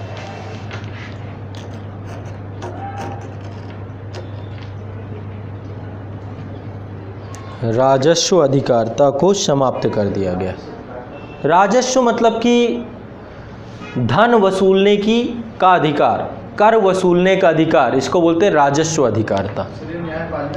न्यायपालिका के पास भी ये पावर दी गई थी कि वो भी राजस्व का संग्रहण कर सके। या फिर एक पावर और दी गई थी सर्वोच्च न्यायालय को कि जो भी धन खर्च किया जाएगा उससे सुप्रीम कोर्ट से सर्वोच्च न्यायालय से भी प्राधिकार लेना पड़ेगा, यानी उसको ये सूचित करना पड़ेगा कि ये पैसा कहाँ खर्च हो रहा है। दो बड़ी प्रॉब्लम हुई थी 1773 के जो एक्ट है, 1773 के एक्ट में सबसे बड़ी प्रॉब्लम ये थी कि गवर्नर जनरल और उसकी काउंसिल को सर्वोच्च न्यायालय के अंदर रख दिया गया था। तो ये जो भी डिसीजन लेते थे, जो भी कार्य करते थे, उस कार्य के खिलाफ कोई भी सर्वोच्च न्यायालय जा सकता था। जैसे हमारे यहाँ पे 9वीं अनुसूची है, भारतीय संविधान की है। अब क्या किया गया, संविधान के अंतर्गत जो भी चीज़ें थीं सभी चीज़ों के लिए कहाँ जा सकते हो, यदि उनका उल्लंघन हो सुप्रीम कोर्ट जा सकते हो आप। आपके फंडामेंटल राइट का वायलेशन हो, संविधान के हिसाब से देश ना चलाया जा रहा हो, कोई भी ऐसी प्रॉब्लम हो, आप कहाँ जाओगे, सीधा सुप्रीम कोर्ट, है ना। लेकिन अब क्या किया गया कि सीधा सर्वोच्च न्यायालय की अधिकारिता को ही मुक्त कर दिया गया, सर्वोच्च न्यायालय की अधिकारिता से ही उसको समाप्त कर दिया गया। जैसे 9वीं अनुसूची को कर दिया गया कि कोई भी लैंड रिफॉर्म का बिल होगा, संपत्ति से जुड़ा हुआ बिल होगा, यदि वो 9वीं अनुसूची में डाल दिया गया तो आप सुप्रीम कोर्ट नहीं जा सकते। पता है ये चीज़? हमारे पास 12 शेड्यूल हैं, 12 शेड्यूल में 9वीं शेड्यूल बाद योग्य नहीं है। जैसे आपके फंडामेंटल ड्यूटी हैं, यदि आप उनका पालन नहीं करते तो आप सुप्रीम कोर्ट कोई नहीं जा सकता है। जैसे कि अभी आप लोग देख रहे थे, बीच में एक विवाद चल रहा था कि भारत माता की जय बोलो। ज़बरदस्ती कोई आपसे भारत माता की जय नहीं बुलवा सकता, ज़बरदस्ती कोई आपसे जनगण मन गाने के लिए नहीं बोल सकता, ज़बरदस्ती कोई आपसे वंदे मातरम नहीं बोल सकता। आप सुप्रीम कोर्ट नहीं जा सकते, कोर्ट का सहारा नहीं ले सकते। समझ रहे हैं? अभी चल रहा था ना, ओवैसी को लेकर के टारगेट किया गया था कि वंदे भारत नहीं बोल रहे, वंदे मातरम नहीं बोल रहे। तो कोई इसमें ये नहीं है, क्योंकि ये वाद योग्य नहीं है। आप न्यायपालिका नहीं जा सकते, आपके स्वैच्छिक चीज़ें। जनगण मन कहीं पे है ना हो रहा हो, राष्ट्रगान कहीं पे बज रहा हो, आप खड़े ना हो, आप चलते जाएं। ये आपके श्रद्धा की चीज़ है, इसका आपको पालन करना चाहिए, ऐसे आपसे अपेक्षा की गई है। लेकिन यदि आप उसका पालन नहीं करोगे तो कोई भी आपको कानूनी दायरे पे नहीं लाएगा। जैसे कई बार हुआ भी है, जैसे कि सचिन तेंदुलकर का बर्थडे था, जन्मदिन था, और गड़बड़ क्या हो गई कि जो केक बनाया गया उसमें भारत का तिरंगा बना दिया गया। ठीक है, अब आपको पता है केक के साथ होता क्या है, केक को तो कट करना है, चाकू से काटने के बाद सबको खिलाना है। अब इसमें विवाद मच गया कि सचिन तेंदुलकर जैसा व्यक्ति जिसको भारत रत्न दिया गया है, उसने क्या किया, भारत के तिरंगे को काट दिया और सबको खिला दिया। सेंटीमेंट आहत हो गए हमारे, लेकिन उसके खिलाफ कोर्ट नहीं जा सकते। विरोध हुआ, फिर उसमें उन्होंने सॉरी भी बोला, है ना। एक और केस था, आप लोग, एक इंटरव्यू आया था, सानिया मिर्जा बैठी थी और नीचे जो है हमारा तिरंगा रखा हुआ था, लेकिन वो जैसे बैठी हुई थी जिस पोजीशन पे, पैर उनका तिरंगे को लग रहा था, छोटा सा तिरंगा वहाँ पे रखा था और पैर की जो जूती थी वो तिरंगे की तरफ थी, है ना। तो ये सेंटीमेंट आहत करता है हम लोगों के, है ना, हमारे देश का तिरंगा। अब जैसे कि हमने लाल किले पे 26 जनवरी वाली जो घटना थी, इस घटना से हम सब लोग आहत क्यों हो गए? किसानों के साथ हमारा प्रोटेस्ट चल रहा था, किसानों को पूरे देश भर की सद्भावना प्राप्त थी, लेकिन जैसे ही हमने देखा कि तिरंगे के बगल में एक दूसरा झंडा, वैसे ही पूरे देश के सेंटीमेंट आहत हो गए और लोग जो है उसका विरोध करने लग गए। तो जहाँ पे राष्ट्र सामने आके खड़ा हो जाएगा आपका, वहाँ पे फिर सारी चीज़ें छोटी हो जाती हैं, देश सबसे ऊपर हो जाता है। ठीक है, और इस चीज़ का सबसे ज़्यादा प्रयोग मौजूदा पार्टी करती है। उसे पता है कि हमारे देश के लोग जो है राष्ट्र के लिए अपने प्राण भी न्यौछावर कर सकते, इतना इमोशनल है देश का आदमी, है ना। कोई भी चीज़ ऐसे होगी, जैसे कि पिछली बार जब चुनाव थे, पुलवामा अटैक हुआ, पूरा देश ने बोला वाह बहुत बढ़िया, एयर स्ट्राइक कर दी, घुस के मार दिया, ये कर दिया, वो कर दिया, सब फिर गए एक साथ बटन दबाए, फिर जिता दिए। बाकी सब हम भूल जाते हैं कि ऐसी बहुत है। जैसे रोजगार को लेकर इस सरकार की कोई है ही नहीं, लेकिन अभी फिर देश के लिए कुछ हो जाए, है ना, पीओके में चढ़ाई कर दे, फिर जाके अब बटन दबाया होगा कि यार हमारा देश तो मतलब सुरक्षित है। तो ये जो सेंटीमेंट है ना, आपको आपके साथ खेले भी जाते हैं, इनका एक कह सकते हैं कि दुरुपयोग भी करती है सरकार। और ये पढ़ी लिखी नागरिक कहीं ना कहीं पे अभी हमारे यहाँ पे अनएजुकेटेड जनता है, लोग पढ़े लिखे नहीं है, नेता मंत्री सब बरगला देते हैं, चुनाव के पहले आपकी गली बनवा दी है तो आपको लगता है वाह गजब का काम हो गया। अब आपको ये नहीं पता कि 4.5 साल आप उसी गली पे तैरे हो, है ना, आप जो है, तो कहीं ना कहीं पे कंडीशंस ऐसी हैं कि लास्ट मोमेंट पे आपके साथ ऐसा खेल खेल दिया जाता है, हिंदू मुस्लिम हो जाता है, ध्रुवीकरण। कहीं पे कई क्षेत्र हमारे देश में ऐसे हैं जो बहुत संवेदनशील है, सेंसिटिव है, वहाँ दंगे करवा दिए गए। अब दंगों में भी ये सब स्पॉन्सर्ड होती हैं चीज़ें, बहुत स्पॉन्सर्ड होती हैं, प्री प्लान्ड होती हैं। दिल्ली में ही दंगे हुए थे, कभी कोई सोचता है कि देश की राजधानी में दंगे हो जाएंगे जहाँ पे पढ़ी लिखी जनता पाई जाती है। पिछले साल जब ट्रंप महोदय यहाँ पे थे तब यहाँ दंगों के हालात बने हुए थे, लोग एक दूसरे को मार रहे थे, जला रहे थे। तो क्या है, सब प्री प्लान्ड है, किसी को बदनाम करने के लिए और किसी को मूर्ख बनाने के लिए। मर कौन रहा है, खप कौन रहा है, पब्लिक। कहाँ किसी को समझ में आएगा, पब्लिक जब समझदार नहीं है तो फिर कैसे समझ में आएगा, है ना। चलो कोई बात नहीं, कहाँ पे हम लोग, हाँ, सर्वोच्च न्यायालय की राजस्व अधिकारिता को समाप्त कर दिया गया। ठीक, राजस्व अधिकारिता मतलब सर्वोच्च न्यायालय को अब एक राजस्व को लेकर के जो भी उसके पास नियंत्रण थे सारे खत्म कर दिए गए। अगला लिखिए 1784 का पिट्स इंडिया एक्ट, बहुत इंपॉर्टेंट एक्ट है, क्योंकि इस एक्ट के कारण से, इसके पारित नहीं होने से 2-3 सरकारें, पहले फॉक्स गवर्नमेंट थी, फॉक्स प्राइम मिनिस्टर थे वहाँ के, और जब सरकार जो है वहाँ पे ये बिल पारित नहीं करवा पाई फॉक्स गवर्नमेंट, उसके पहले एक डंडाज अधिनियम आया हुआ था, डंडाज अधिनियम भी पारित नहीं हुआ, फॉक्स का अधिनियम भी पारित नहीं हुआ, तो वहाँ की सरकार गिर गई। और ये पहला बिल था, बाद में पिट्स आए, पिट्स प्रधानमंत्री थे वहाँ पे, ये पहला बिल था जिसके पारित नहीं हो पाने के कारण से, जिस बिल को पारित कराने को लेकर के पहली बार ब्रिटेन में कोई सरकार गिरी हो। तो भारत का इतना महत्व बढ़ चुका था उस समय। ठीक है, तो लिखिए इसमें पहला वैधानिक दस्तावेज जिसके माध्यम से, क्योंकि इसका टाइटल क्या था, इसका टाइटल था भारत में ब्रिटिश अधिकारातीत क्षेत्र, यानी पहली बार इस अधिनियम में स्वीकार कर लिया गया कि भारत में भी जो क्षेत्र हैं वो सब ब्रिटेन के स्वामित्व पे हैं, ब्रिटेन के कब्जे पे हैं, है ना। तो लिखिए पहला वैधानिक दस्तावेज जिसके माध्यम से भारतीय क्षेत्रों पर ब्रिटिश ताज के स्वामित्व के दावे की बात कही गई, ब्रिटिश ताज के स्वामित्व के दावे की बात कही गई।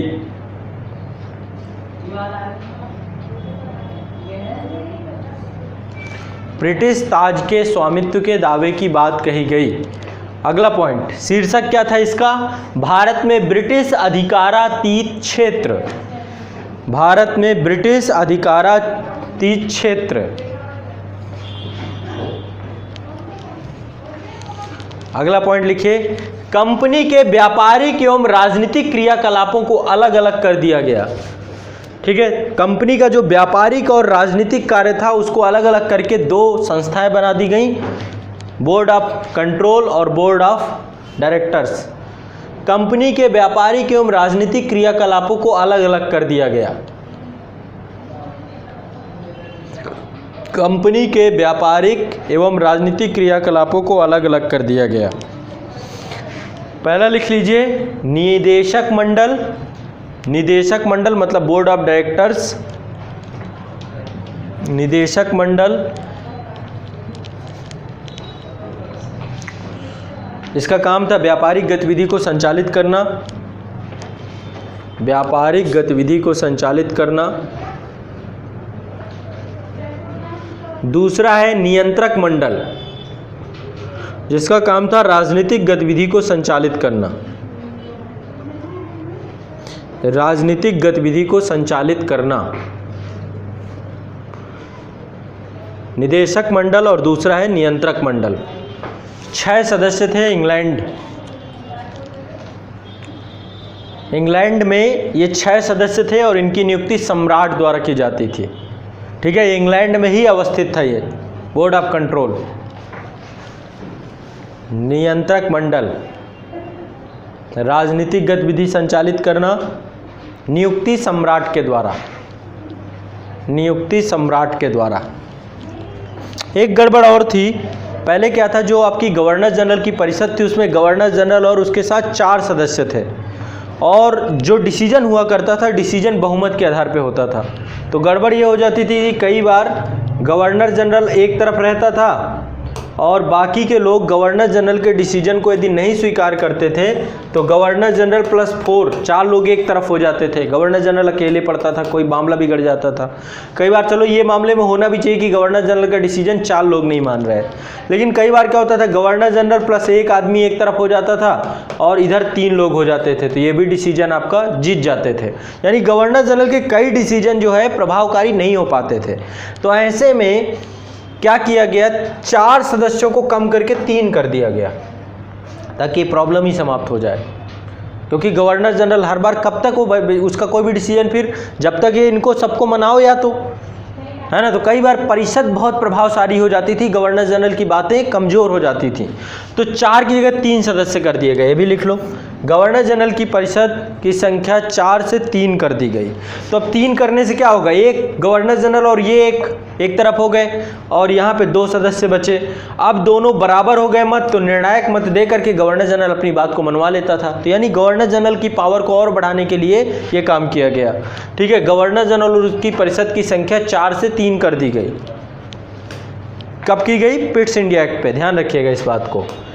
ठीक है, अगला है, नेक्स्ट है, कंपनी के कर्मचारियों को उपहार लेने पर प्रतिबंध लगा दिया गया। कंपनी के कर्मचारियों को उपहार लेने पर प्रतिबंध लगा दिया गया। कंपनी के कर्मचारियों को उपहार लेने पर प्रतिबंध लगा दिया गया। ठीक है, अगला पॉइंट 1786 का अधिनियम। 1786 का अधिनियम, 1786 का अधिनियम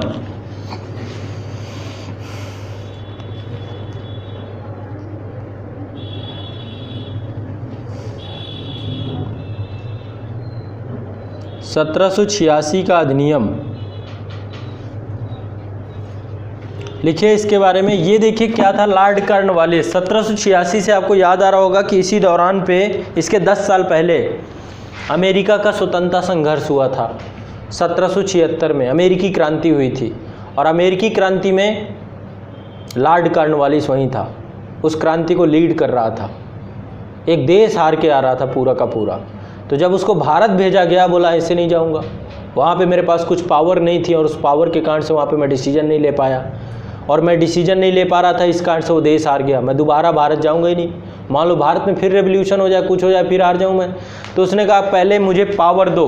पावर क्या दो कि विशेष परिस्थितियां जब कभी आ जाएं तो वहां पर मैं मुख्य सेनापति खुद बन जाऊं, यानी कि परिषद के निर्णयों को भी मैं निरस्त कर दूं, परिषद के चक्कर में ना बैठा रहूं, और दूसरा प्रधान सेनापति की शक्तियां भी मुझे दी जाएं। तो 1786 के अधिनियम लॉर्ड कॉर्नवालिस को भारत भेजने के समय उसके द्वारा ये 2 शर्तें थी जिनको मानना पड़ा ब्रिटिश संसद को। लिखिए, पहला पॉइंट लिखिए, गवर्नर जनरल को विशेष परिस्थितियों में, गवर्नर जनरल को विशेष परिस्थितियों में अपने परिषद के निर्णय को निरस्त करने, अपने परिषद के निर्णय को निरस्त करने का अधिकार प्रदान कर दिया गया। अपने परिषद के निर्णय को निरस्त करने का अधिकार प्रदान कर दिया गया। अगला पॉइंट, गवर्नर जनरल को प्रधान सेनापति की शक्तियां प्रदान कर दी गईं।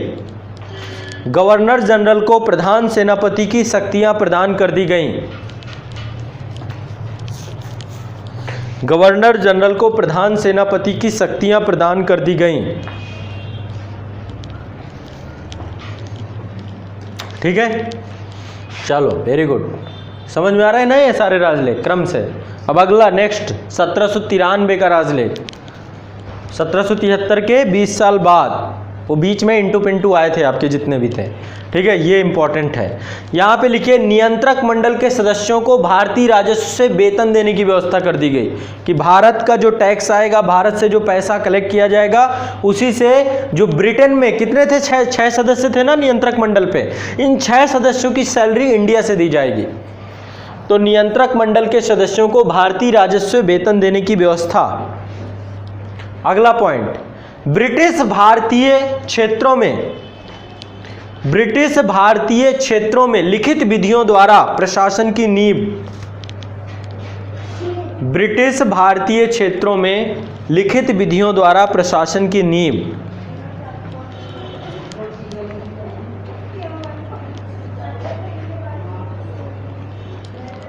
अगला, सभी कानूनों व विनियमों की व्याख्या करने का अधिकार न्यायालय को दे दिया गया।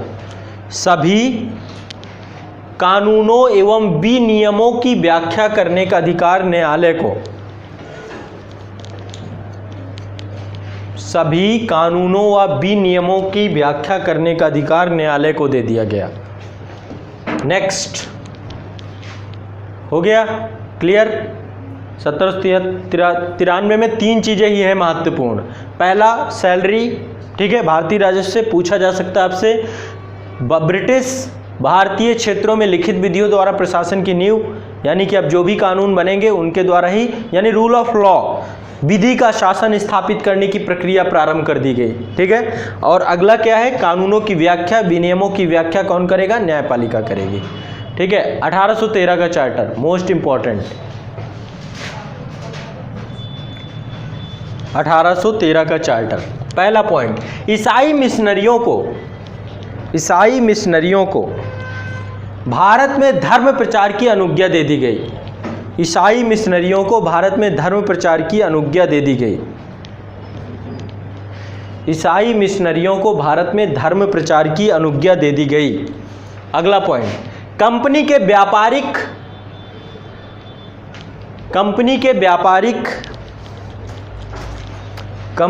व्यापारिक अब देखो यहाँ पे थोड़ा समझने वाली चीज़ है। ब्रिटेन में इंडस्ट्रियल रिवॉल्यूशन अपने चरम में पहुँच चुका है। 1780 में औद्योगिक क्रांति हुई और वो औद्योगिक क्रांति बहुत चरम में थी। वो नए नए व्यापारिक वर्ग का, नए नए सामंत वर्ग का, नए नए बुर्जुआ वर्ग का वहाँ पे जन्म हो रहा है। नई नई कंपनियाँ स्थापित हो रही हैं, प्राइवेट कंपनियों का जन्म हो रहा है। और मोनोपोली किसे दे रखी गई थी, ईस्ट इंडिया कंपनी को। मोनोपोली मतलब एकाधिकार था, दूसरा कोई व्यापार नहीं कर सकता है ना। तो ऐसे में क्या किया जाएगा,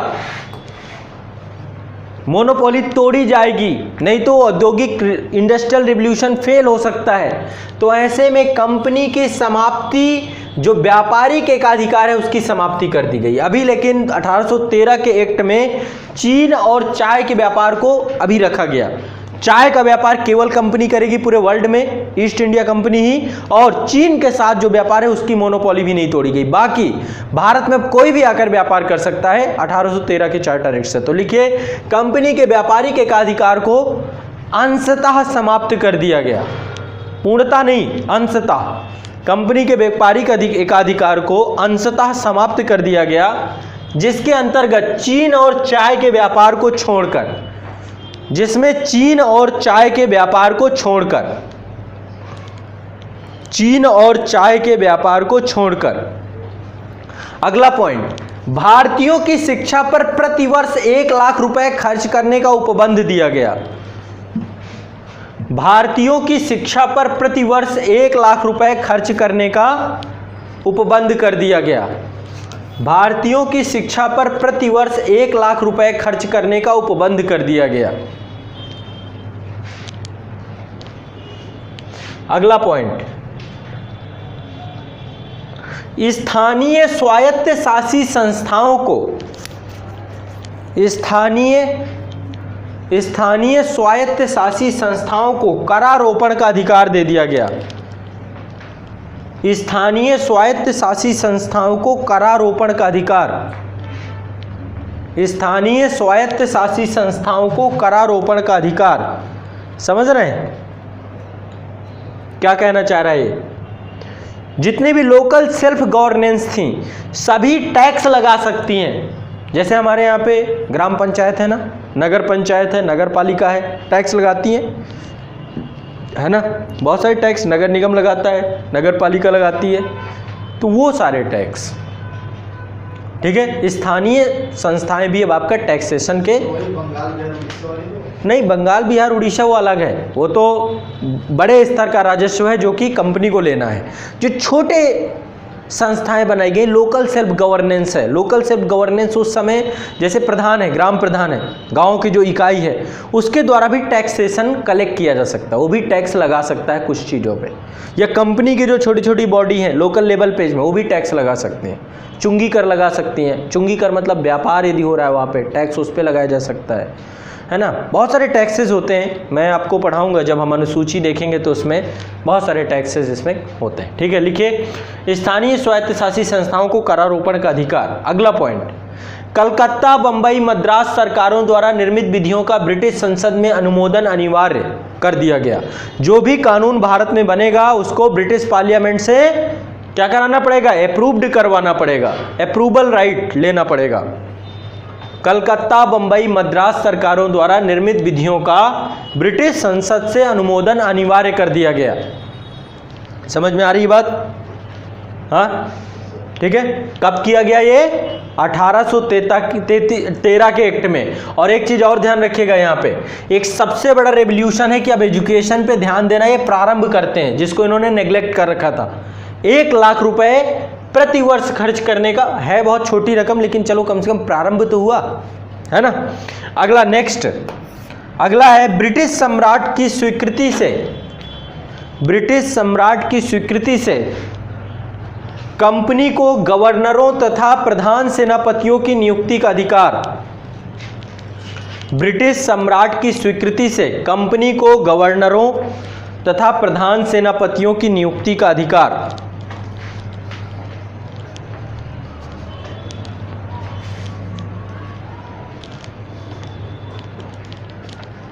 प्रधान सेनापतियों की नियुक्ति का अधिकार।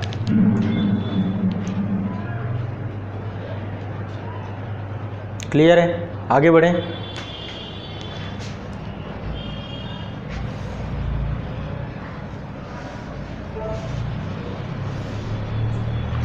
नेक्स्ट है 1833 का राजलेख। 1833 का राजलेख मोस्ट इंपॉर्टेंट, ये भी कई सारे पॉइंट है इसमें, 10-12 पॉइंट है। ठीक है, सबसे पहली चीज 1833 के राजलेख के आते आते ब्रिटिश संस्था का, ब्रिटिश साम्राज्यवाद का भारत में स्वरूप बड़ा हो चुका था। कई सारे क्षेत्रों के साथ सहायक संधि प्रणाली के तहत कोलैबोरेशन हो चुका था, है ना। तो अब क्या है, यहाँ पे एक चीज समझनी होगी कि अब बंगाल तक सीमित रहना, बंगाल से भारत कॉन्सेप्ट आना चालू हो गया। सोचिए कितना बड़ा विजनरी गोल। अब अपने आप को पैरेलल इंडिया में एक सबसे बड़े सम्राट के तौर पे देखने लग गए ब्रिटिशर्स। उन्हें लगा कि अब हमसे ऊपर कोई नहीं है, अब सब हमारे अधीन है। क्यों? मराठों को समाप्त कर चुके थे, मैसूर को समाप्त कर चुके थे, निज़ाम को अपने अंडर में ले चुके थे। ब्रिटिश जो आपका मुगल एम्पायर था पूरी तरीके से कोलैप्स हो चुका था इस समय पे, है ना। वो संस्था को अपने पेंशनर बन के, महज पेंशनर बन के वो 1764 का बक्सर का युद्ध था, वहीं से पेंशनर बन के रह गया था आपका, है ना। तो कहीं ना कहीं पे बहुत सारी चीज़ें ऐसी थी जिससे ब्रिटिश एम्पायर नाम की चीज़ अब खत्म थी।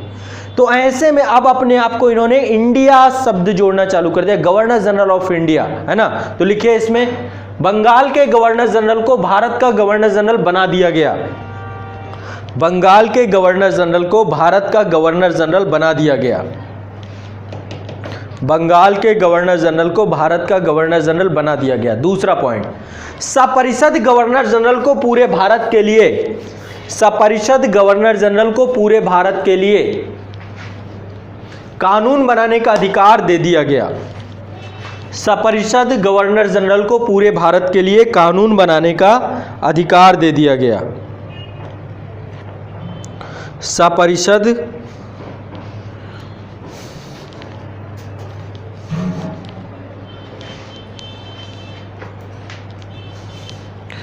गवर्नर जनरल को पूरे भारत का कानून बनाने का अधिकार दे दिया गया, यानी अब वो पूरे इंडिया में कहीं भी कानून बना सकता है। अगला पॉइंट,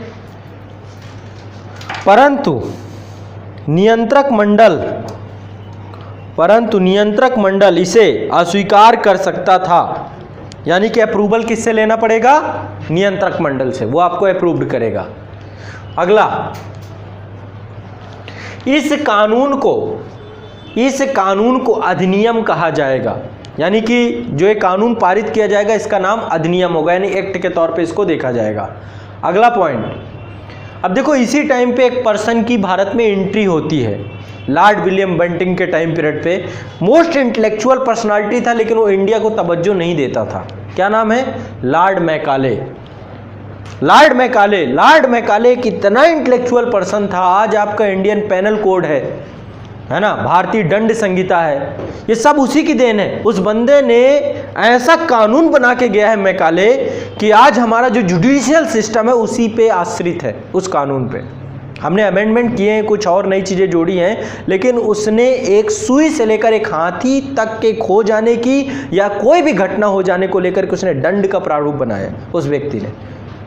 भारत में यहाँ के एजुकेशन सिस्टम को उसके थॉट प्रोसेस ने बदल के रख दिया। लॉर्ड मैकाले ने कहा कि भारत का जितना भी लिटरेचर है वो इंग्लैंड में रखी हुई एक अलमारी की एक रैक के जितनी भी पुस्तकें हैं उससे भी कमतर है, निम्नतर है, तुच्छ है। तो उसकी सोच थी, उसने कभी इतना यहाँ के लिटरेचर को पढ़ा नहीं, उसने कभी वेदों के ज्ञान को नहीं समझा, उपनिषदों के ज्ञान को नहीं समझा, पुराणों को उसने समझा नहीं, यहाँ पे जो पुस्तकें लिखी गई उसको उसने समझा नहीं। तो कहीं ना कहीं पे लेकिन ये व्यक्ति भारत में आकर के कितना बड़ा चेंज करके जाता है, जिसकी त्रासदी आज भी आप झेल रहे हो। इसने हमारे कल्चर के साथ छेड़छाड़ कर दी, हमारी संस्कृति को तोड़ के चला गया, हमारी जो कम्युनिकेशन लैंग्वेज थी उसके ऊपर अपनी कम्युनिकेशन लैंग्वेज को बैठा के चला गया। इसका मानना यह था कि हमें भारत पे शासन करना है तो सभी लोगों को एजुकेट यदि हम कर देंगे तो ये लोग बहुत ज़्यादा लंबे समय तक हम यहाँ शासन नहीं कर पाएंगे। यदि हमें इसका लंबा शोषण करना है तो भारतीयों से हमें एक ऐसी नस्ल बनानी है जो देखने में तो भारतीय लगे लेकिन विचारों से वो अंग्रेज हों। समझ रहे हैं? इसलिए उन्होंने एक छोटा सा वर्ग क्रिएट किया है ना। तो लिखिए इसके बारे में आगे। गवर्नर जनरल की परिषद में विधि सदस्य के रूप में चौथे सदस्य को जोड़ा गया। पहले 3 सदस्य हो गए थे, कब हो गए थे 3? पिट्स इंडिया एक्ट में 4 से 3 कर दिए गए थे। अब चौथे की एंट्री होती है, वो था लॉर्ड मैकाले। लिखिए गवर्नर जनरल की परिषद में विधि सदस्य के रूप में चौथे सदस्य के तौर पे लॉर्ड मैकाले को शामिल किया गया। गवर्नर जनरल की परिषद में विधि सदस्य के तौर पर चौथे सदस्य के रूप में लॉर्ड मैकाले को सम्मिलित किया गया। अगला पॉइंट, कंपनी के व्यापारिक एकाधिकार को पूर्णतः समाप्त कर दिया गया। अब चीन और चाय के साथ जो व्यापार था वो भी खत्म है ना। कंपनी के व्यापारिक एकाधिकार को पूर्णतः समाप्त कर दिया गया। चीन और चाय सहित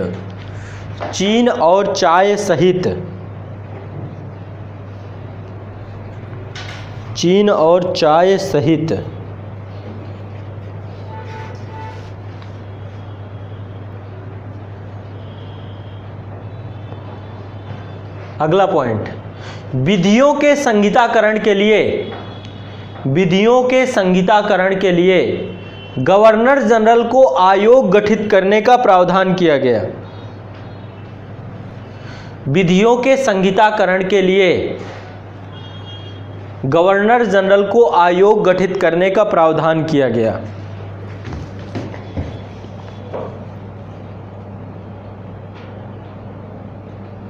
आयोग गठित करने का प्रावधान किया गया।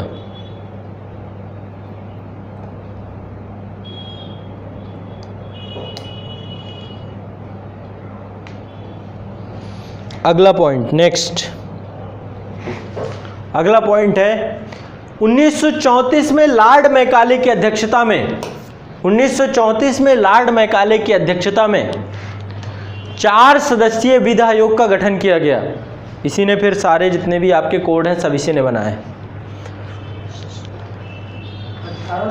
1834 माफ करिएगा, 1834 में लॉर्ड मैकाले की अध्यक्षता में 4 सदस्यीय विधि आयोग का गठन किया गया।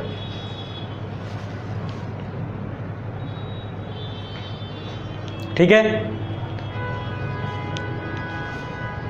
इसी समय दास प्रथा के विरुद्ध कानून पारित हुआ। ब्रैकेट में डाल लीजिएगा 1843। लॉर्ड एरनबरो थे उस समय, है ना, लॉर्ड एलन बैरो के टाइम पीरियड पे दास प्रथा का कानून, ब्रैकेट में यहीं पे आगे लॉर्ड एलन बैरो भी लिख लीजिएगा, गवर्नर जनरल थे उस समय लॉर्ड एलन बैरो। 1843 में दास प्रथा भारत से समाप्त कर दी गई लीगली। अगला लिखिए सती प्रथा की समाप्ति 1829 में हुई थी लॉर्ड विलियम बेंटिंग के टाइम पीरियड पे। ठीक है, सती प्रथा की समाप्ति 1829 लॉर्ड विलियम बेंटिंग। अगला लिखिए अधिनियम की धारा 87 के तहत, अधिनियम की धारा 87 के तहत कंपनी के अधीन पद धारण करने के लिए, अधिनियम की धारा 87 के तहत कंपनी के अधीन पद धारण करने के लिए किसी भी व्यक्ति को धर्म, मूल वंश, जन्म स्थान या रंग के आधार पर भेदभाव की समाप्ति।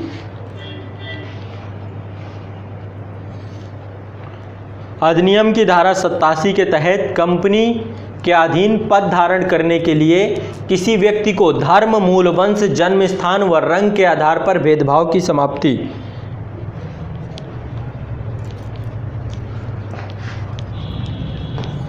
अगला पॉइंट, गवर्नर जनरल की परिषद को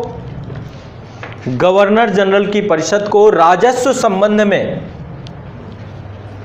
गवर्नर जनरल की परिषद को राजस्व संबंध में पूर्ण अधिकार प्रदान करते हुए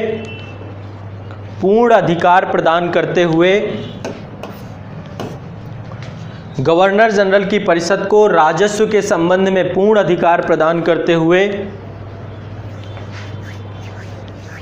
संपूर्ण देश के लिए एक बजट तैयार करने का प्रावधान दिया गया। गवर्नर जनरल की परिषद को राजस्व के संबंध में पूर्ण अधिकार प्रदान करते हुए गवर्नर जनरल को संपूर्ण देश के लिए एक बजट तैयार करने का अधिकार दिया गया।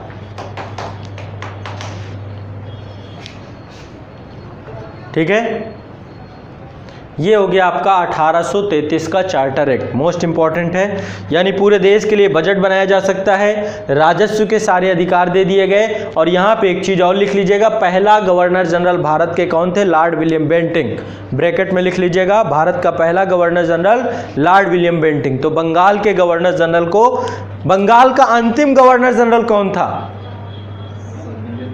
लॉर्ड विलियम बेंटिंग अंतिम गवर्नर जनरल थे। बंगाल का अंतिम गवर्नर कौन था?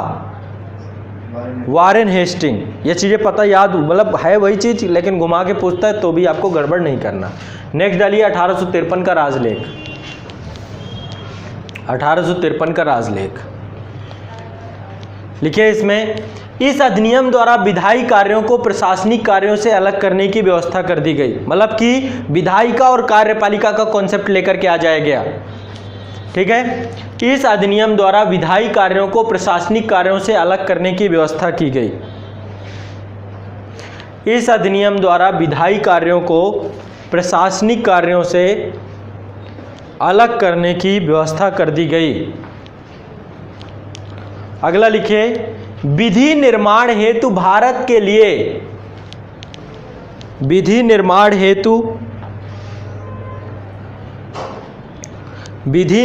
हेतु भारत के लिए एक अलग 12 सदस्यीय, विधि निर्माण हेतु भारत के लिए एक अलग 12 सदस्यीय विधान परिषद की स्थापना कर दी गई। 12 सदस्यीय विधान परिषद की स्थापना कर दी गई।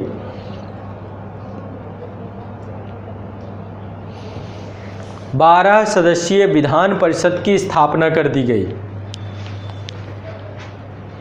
अगला पॉइंट, विभिन्न क्षेत्रों व प्रांतों के प्रतिनिधियों को, विभिन्न क्षेत्रों व प्रांतों के प्रतिनिधियों को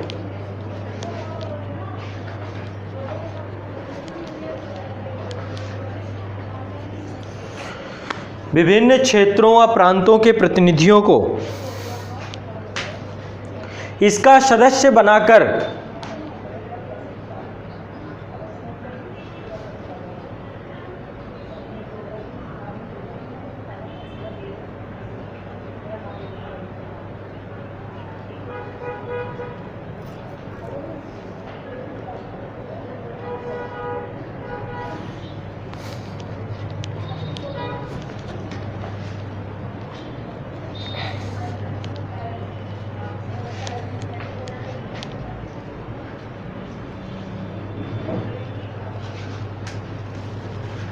सर्वप्रथम क्षेत्रीय प्रतिनिधित्व के सिद्धांत को लागू किया गया?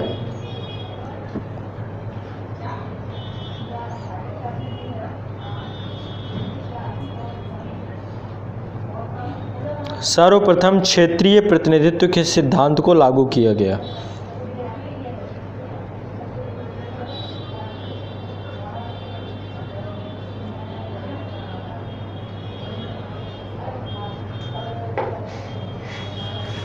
क्षेत्रीय प्रतिनिधित्व के सिद्धांत को लागू किया गया। अगला पॉइंट, बंगाल के प्रशासन के लिए लेफ्टिनेंट गवर्नर की नियुक्ति की गई। बंगाल के प्रशासन के लिए लेफ्टिनेंट गवर्नर की नियुक्ति की गई।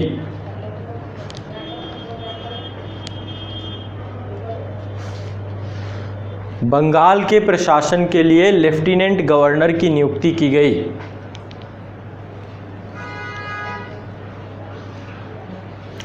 विधि सदस्य को गवर्नर जनरल परिषद का पूर्ण सदस्य बना दिया गया। विधि सदस्य लॉर्ड मैकाले बना था। विधि सदस्य को गवर्नर जनरल परिषद का पूर्ण सदस्य बना दिया गया। बिल्कुल फास्ट लिखे, विधि सदस्य को गवर्नर जनरल परिषद का पूर्ण सदस्य बना दिया गया। अगला पॉइंट, कंपनी के कर्मचारियों की नियुक्ति के लिए नामजदगी के स्थान पर